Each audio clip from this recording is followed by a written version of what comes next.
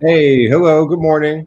Hi, I'm so sorry. I was sitting on your old link too. Oh, it's all good. It's all good. I had to switch it out because it I wouldn't like allow yeah. I hope there's not too much ambient noise because the You're only fine. place I could find was outside. Oh, you're good. You're good. Trust me, I had to get situated too right quick, but it's all good and dandy. But thank you for being here. Yeah, absolutely. Thank you for reaching out. Yes, yes. So I'm definitely looking forward to this, Allie.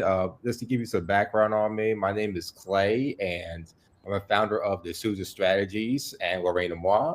So I do political policy advocacy consulting as well as media consulting. So I do South by Southwest and EDU every year.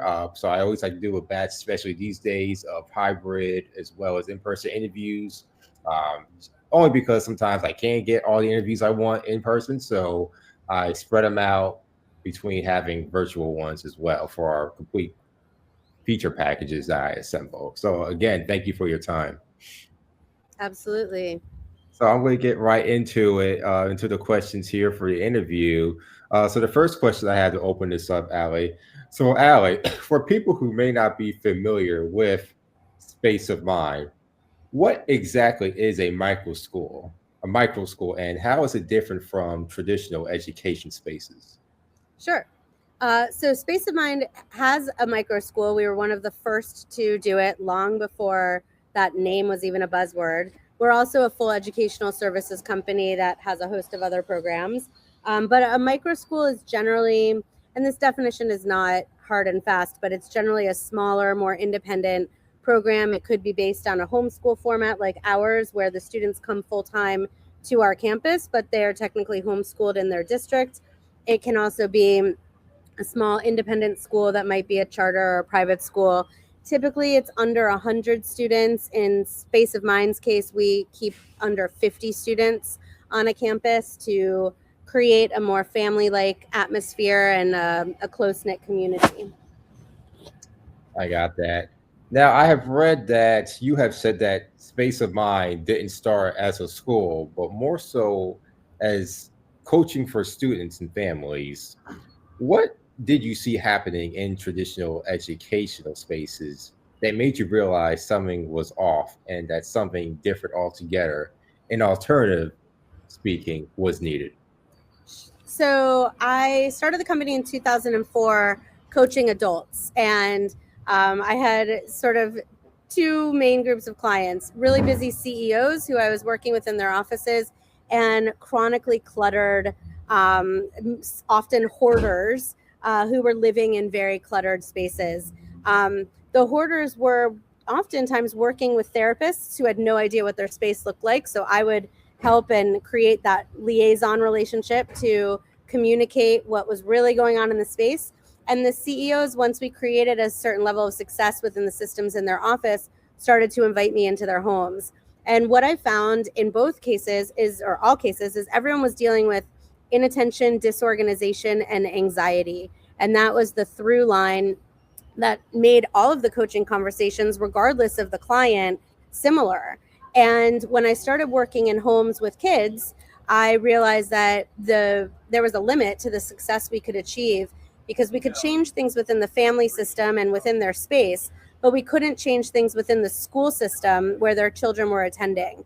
And so I would go in and do IEP meetings or speak with the teachers or learning specialists that were willing, but there was only so much they could do or could want to do because they didn't have the bandwidth.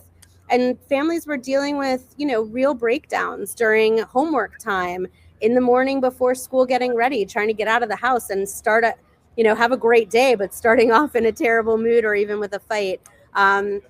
Kids who didn't have accountability for responsibilities around the house, and parents who didn't know how to ask for it and get what they were looking for. So we were able to start working in the home, really doing similar things that I was doing in business offices, which was helping family members operate more like team members and communicate in a way that made sense without each family member learned. And I think that's a big piece that we look at in a professional environment, and we look at where we can in traditional school environments, but we don't typically think about it in a family. And If a child is a visual learner and they're playing video games, for example, and mom is auditory and is asking verbally for the child to take out the trash, that child may physically hear what the mother is saying, but they aren't really capable of listening. And so what we were working on was creating communication systems and organizational systems so that the way someone was wired to communicate themselves would translate to the way another family member needed it to be shared. I see. So this is more a philosophy question. Your motto is fix schools and not kids. So what does that mean in practice for families and students who feel like the traditional system is not working for them indeed? If you could just expound upon that a little more. Sure. I think we've put the onus on children to do the heavy lifting, right? We send kids to therapists and tutors and extra programming and help, but we aren't looking at the whole picture. And the picture isn't really starting with the child. It's starting with the adults around them and the schools that don't typically have the flexibility that's needed. So I think when we're looking at big institutional change and trying to get a public school district or a larger legacy driven private school to make changes, that's harder. You have to make smaller changes where you can. But with the evolution of more independent school options, there are ways that we can be more flexible and more attentive to the personal needs that a student or a family has without rocking everything in the boat. If you're a smaller program like Space of Mind, we're small, and so our architecture is set to pivot. We have a plan, we have a structure, but that's designed to be flexible. And sometimes that flexibility comes from a student who has a great idea, and we're like, oh my God, let's do that. It's way better than what we had thought of originally. And so there's lots of ways that you can end up with a much better result if you're not afraid to change the plan. Absolutely. So as far as national trends go, we're seeing just a growing, developing interest in micro schools and alternative forms of learning and those type of particular models just across the land. Why do you feel personally that this movement is gaining traction and all right now, this particular moment in time? Well, I think this movement is actually a lot older than it's come into the public consciousness. I think we've seen a call over decades to push kids, initially to charter schools and now more to micro schools. I think there's good and bad parts of that. I didn't set out to be an OG really in this movement, although our schoolhouse program is finishing its 16th year. So I think that the trend is that people are scared, right? Parents are scared. We've been scared for a long time. School shootings, COVID, bullying, these are not new. And yet with social media, we see that everything gets pronounced and made to be a little bit more devastating than maybe it already is. And so there is a little bit of that. I think this common fear that we have that school isn't safe. And the reality is it's not safe, both physically and emotionally for kids. You can't learn if you don't feel safe, right? Maslow is safe, loved, and celebrated. Oh, the music just came on here. Sorry. I was like, what? We can rock out now. So yeah, the goal is to make sure that everybody is safe in their environment. And I think that that's what parents are looking for. It's also what teachers are looking for. Absolutely, for sure. And just tell the audience, so where are you all based out of exactly? So Space of Mind is based out of South Florida, Delray Beach. We're a fun little beach town on the South Florida on the East Coast. We are currently expanding nationally and making franchises available. We offer a homeschool concierge, so we support families globally, and we're hoping to be everywhere. That's good. How many franchises do you have right now? Right now, we've just announcing today the franchise opportunity. So we are starting from today, and we're working with a number of interested potential franchise owners already. Cool. And so it's really exciting. And as far as the homeschool component, is that a part of franchising model, or is that a standalone feature or service? So the schoolhouse is part of our franchise model, rather. And so we are franchising the schoolhouse concept. We have a mobile classroom concept with refurbished school buses. And we also have our community center, which is called the Hub at Space of Mind. And it is funded through our nonprofit that we started in 2017 called Community Classroom Project. And how do you with this franchise model envision educators and communities using that model to build new learning ecosystems? Well, that's what we're doing, is creating learning ecosystems, and we're putting them in regions across the country. So our community center, our schoolhouses, and our buses will work together to connect all of the community to programs, and also partners within the community who provide different services that support more of a deconstructed school system and a connected learning ecosystem. Now, you're speaking at South by Southwest EDU and mentoring founders exploring these new learning models. What conversations are you hoping to have there over in Austin with educators and innovators alike? Yeah, I was really excited to be chosen as a mentor this year, and Space of Mind is exhibiting in the exhibit hall. And we already started this morning having really cool conversations with founders, with C-suite leaders in educational services companies, ed tech companies. We're really here on a learning mission. We want to just talk to as many people as we can and understand all of the areas where we can offer support. We've been doing this a long time. We're entering our 22nd year, and so for us, this is just a really exciting opportunity to meet a little bit of everyone, and that's what it's been so far. I don't think it's any one group more than another. Yeah, from another angle, as we basically have been discussing, many kids today are dealing with anxiety and pressure from these traditional systems. So, how do you how do you hope that the space of mind model will address the student well-being alongside academics just over the course of time? So you look at it from where things stand today, just a few years down the road, how do you hope that it addresses the student well-being while coinciding with academics? So we are a standards-based program, and so we integrate learning standards from the state level, our own standards from a national level.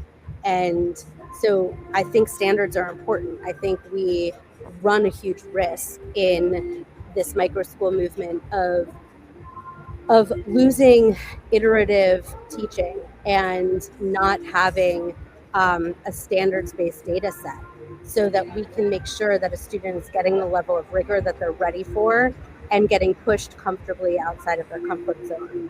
I also think a lot of things are changing in higher education right now, and certification programs are becoming really popular and are really geared for more learners than ever. College is becoming really hard to get into and financially unattainable faster than ever. And that traditional level of rigor that we used to define success, how many AP classes can a student take? That's not necessarily defining the kind of success that learners need in the real world. So what we used to look at as your typical high achiever, I think is different now. And as the CEO of a company, when I look to hire someone, I want to find the person that is the most resourceful, that has taken the non-traditional path, but that can also back up their path with examples of what they've done and what they've learned. So I think that with so much hybrid homeschooling happening, where parents might be doing the core academics and the kids are going 1 or 2 days a week to an enrichment center for creatives or science projects or things, those are great, but what we're not doing is cohesively looking at the data and looking at how one student's skill set that they're getting in this activity is related to another. So we're missing things because the school system was traditionally designed to think of each discipline in a silo. But real world today is everything happens all at once. So if we're just looking at math by itself and we're not looking at it in terms of how a student thinks about math when they're playing sports or cooking or doing other things, and we're not looking to advance the skills they're building in the classroom through real world experiments and experience, then we're missing the opportunity to engage the student. And right now, what isn't engaging, they are not going to pay attention to at all. So that engagement comes from making the academics fascinating. And I think that's really important, but also needs to be backed up with, here's what you are doing now, here's where we want to get you to go, and here's the strategy that's going to help us meet those standards. Yeah, 10 years from now, what role do you hope that microservice like Space Design will play in just even shaping the workforce? I mean, obviously, you're an entrepreneur yourself. You mentioned your background at the beginning of this, but what role, the way the world's changing and just the way the economy's changing, what role do you hope that Space Design will play in even shaping the workforce?